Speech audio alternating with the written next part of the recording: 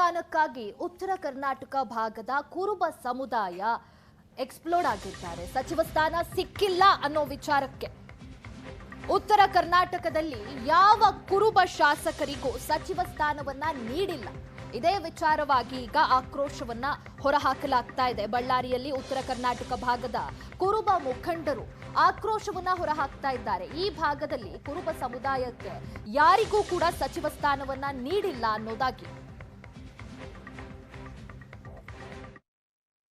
High command ಮತ್ತು ಸಿದ್ದರಾಮಯ್ಯ ಇಬ್ಬರು ಕೂಡ ಕುರುಬ ಸಮುದಾಯಕ್ಕೆ ನ್ಯಾಯ ಒದಗಿಸಿದ್ರು ಕೂಡ ಡಿ.ಕೆ. ಶಿವಕುಮಾರ್ ಮತ್ತು ಸುರ್ಜೇವಾಲಾ ಮಾಡಿರ್ತಕ್ಕಂತಹ ಒಂದು ಸಣ್ಣ ಎಡವಟ್ಟಿನಿಂದ ಇಡೀ ಉತ್ತರ ಕರ್ನಾಟಕ ಭಾಗಕ್ಕೆ ಕುರುಬ ಸಮುದಾಯದ ಯಾರಿಗೂ ಕೂಡ ಸಚಿವ ಸ್ಥಾನ ಸಿಕ್ಕಿಲ್ಲ. ಹೀಗಾಗಿ ಸಾಕಷ್ಟು ಆಕ್ರೋಶ ವ್ಯಕ್ತಪಡಿಸ್ತಕ್ಕಂಥ ಕುರುಬ ಸಮುದಾಯದವರು ಏನು ಸರ್ಕಾರಕ್ಕೆ ಒಂದು ಒತ್ತಡ ಹಾಕಂತ ಪ್ರಯತ್ನ ಮಾಡ್ತಿದ್ದಾರೆ. ತಾವಿಲ್ಲಿ ನನ್ನ ಬಲಭಾಗ ಹೇಳ್ತಿರ್ಬೋದು, ಸಾಕಷ್ಟು ಕುರುಬ ಸಮುದಾಯದ ಮುಖಂಡರು ನಮ್ಮ ಜೊತೆ ಇದ್ದಾರೆ. ಅವರು ಕೂಡ ಒಂದು ಮಾತನ್ನು ಹೇಳ್ತಾರೆ. ನಮ್ಮ ಸಮುದಾಯಕ್ಕೆ ಅದರಲ್ಲೂ ಕೂಡ ಕಲ್ಯಾಣ ಕರ್ನಾಟಕದ 13ಕ್ಕೂ ಹೆಚ್ಚು ಜಿಲ್ಲೆಗಳಲ್ಲಿ ಯಾವೊಬ್ಬ ಏನು ಶಾಸಕರಿಗೂ ಮಂತ್ರಿ ಸ್ಥಾನ ಕೊಟ್ಟಿಲ್ಲ.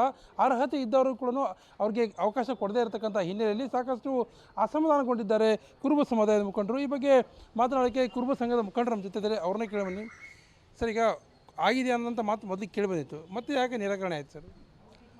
ಇದು ಮೊನ್ನೆ ಆದಂಥ ಸಚಿವ ಸಂಪುಟ ವಿಸ್ತರಣೆ 3ನೇ ತಾರೀಕು ಆಗಿದ್ದು, ಅದರಲ್ಲಿ ನಾವೆಲ್ಲ ಬೆಂಗಳೂರಿಗೆ ಹೋಗಿದ್ವಿ. ಆಶಾಭಾವನೆಯಿಂದ ಆಕಾಂಕ್ಷತೆಯಿಂದ ಹೋಗಿದ್ವಿ ನಾವೆಲ್ಲ. ಆದರೆ ಬಸವರಾಜ ಶಿವಣ್ಣನವರು ಲಿಸ್ಟಲ್ಲಿ ಇದ್ದಾರೆ ಅಂತ ಗೊತ್ತಿತ್ತು ನಮ್ಗೆ ಮುಂಚೆನೇ.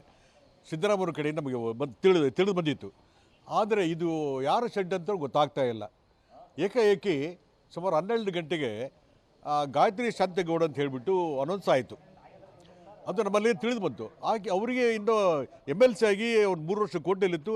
ಅವ್ರಿಗೆ ತೀರ್ಮಾನ ಆಗಿ ಇನ್ನು ವಾರ ಆಗಿಲ್ಲ. ಇನ್ನು ಆಕೆ ಪ್ರಮಾಣ ವಚನವೂ ಸ್ವೀಕರಿಸಿಲ್ಲ.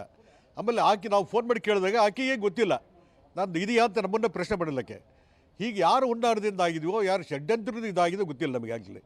ಆಮೇಲೆ ಈ ಸಿದ್ದರಾಮಯ್ಯವ್ರಿಗೂ ಗೊತ್ತಿಲ್ಲ. ಇದು ನನ್ನ ತಿಳಿದ ಮಟ್ಟಿಗೆ ಸುರ್ಜೇವಾಲಾ DK ಮಾಡಿದ್ರೆ ಷಡ್ಯಂತ್ರ ಅಂತ ಕಾಣುತ್ತೆ. ಕುರುಬ ಸಮುದಾಯವನ್ನು ತುಳಿಲಿಕ್ಕೆ, ತಾತ್ಸಾರ ಮಾಡಲಿಕ್ಕೆ ಇವರೇ ಕಾರಣ ಅನಿಸುತ್ತೆ. ನಾವು ಮುಂದಿನ ಎಲ್ಲ ತೀರ್ಮಾನ ತೊಗೊಳ್ತೀವಿ. ಇದೇನು ತೊಗೊಳ್ತಾ ಇದ್ದರೆ ನಮ್ಮ ಬೇಡಿಕೆ ಈಡೇರಿದ್ರೆ 3 ಜನದಲ್ಲಿ ಯಾರೊಬ್ಬರು ಮಾಡಲಿ. ಅವರು ಬಸವರಾಜ ಶಿವಣ್ಣವರು ಕಿಕ್ ಮಾಡಿ ಹೇಳಿ ಬಂದಿದ್ರು. ಅವೆಲ್ಲ ಅವ್ರಿಗೇನು ಮಾಡಲಿ, ರಾಘವೇಂದ್ರ ಹಿಟ್ನಾಗಳೇನು ಮಾಡಲಿ, ಗೊಂದಪ್ಪಿಗೇನು ಮಾಡಲಿ, 3 ಜನದಲ್ಲಿ ಯಾರು ಒಬ್ಬರು ಮಾಡಲೇಬೇಕಿದ್ದಾರೆ. ಅಲ್ಲಿ ಯಾಕೆ 19 ಒಬ್ಬರು ಮಾಡಲೇಬೇಕಾ? ನಮಗೆ ಪ್ರಾತಿನಿಧ್ಯ ಕೊಟ್ಟಂಗೆ ಆಗುತ್ತೆ, ನಮ್ಮ ಪ್ರದೇಶಕ್ಕೆ ಲಾಭ ಕೊಟ್ಟಂಗೆ ಆಗುತ್ತೆ. ಇದು ಮಾಡಲೇಬೇಕು ಅವರು. ಇಲ್ಲ ತೀವ್ರವಾಗಿ ನಾವು ಮುಂದಿನ ನಡೆಯನ್ನು ಕೈಗೊಳ್ಳಬೇಕಾಗತ್ತೆ. ಲಾಸ್ಟ್ ಟೈಮ್ ಸಿದ್ದರಾಮಯ್ಯನವರೇ ನಿಮ್ಮ ಸಮುದಾಯದಿಂದ CM ಆಗಿದ್ದರು. ಅವಾಗೂ ಬೇರೆ ಬೇರೆ ನಾಯಕರು ಅವಕಾಶ ಕೊಟ್ಟಿದ್ದು. ಪದೇ ಪದೇ ಒಂದೇ ಸಮುದಾಯಕ್ಕೆ ಕೊಟ್ಟರೆ ಹೆಂಗೆ ಅಂತ ಸರ್? ಈಗ ಸಿದ್ದರಾಮಯ್ಯ ಸಾಹೇಬರು ಆಲೋಚನೆ ಹೆಂಗಿತ್ತು ಅಂತಂದರೆ ಸೋಷಿಯಲ್ ಜಸ್ಟಿಸ್ ಇತ್ತು ಅವ್ರ ಹತ್ರ.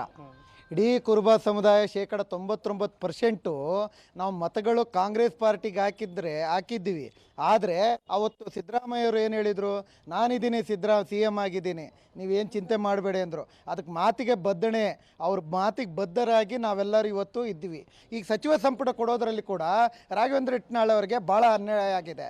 ಯಾಕಂತಂದರೆ ಸಿದ್ದರಾಮಯ್ಯ ಅವ್ರ ಲಿಸ್ಟಲ್ಲಿ ಇತ್ತು, ಸುರ್ಜೇವಾಲಾ ಸಾಹೇಬ್ರ ಲಿಸ್ಟಲ್ಲಿ ಇತ್ತು, ರಾಹುಲ್ ಗಾಂಧಿ ಅವ್ರ ಲಿಸ್ಟಲ್ಲಿ ಇತ್ತು. ಕಾಂಗ್ರೆಸ್ ಹೈಕಮಾಂಡು ನಿರ್ಧಾರ ತೆಗೆದೇ ಹೋದಲ್ಲಿ ಮುಂದಿನ ದಿನಮಾನದಲ್ಲಿ ಕುರುಬರು ತಕ್ಕ ಪಾಠ ಕಲಿಸ್ತಾರಂತಕ್ಕಂಥ ಮಾತನ್ನು ನಿಮ್ಮ ಮಾಧ್ಯಮದ ಮುಖಾಂತರ ಹೇಳಲಿಕ್ಕೆ ಇಷ್ಟಪಡ್ತೀನಿ. ಕ್ಯಾಮರಾ ಪರ್ಸನ್ ಶ್ರೀನಿವಾಸ್ ಜೊತೆ ನರಸಿಂಹಮೂರ್ತಿ, ಏಷ್ಯಾನೆಟ್ ಸುವರ್ಣ ನ್ಯೂಸ್, ಬಳ್ಳಾರಿ.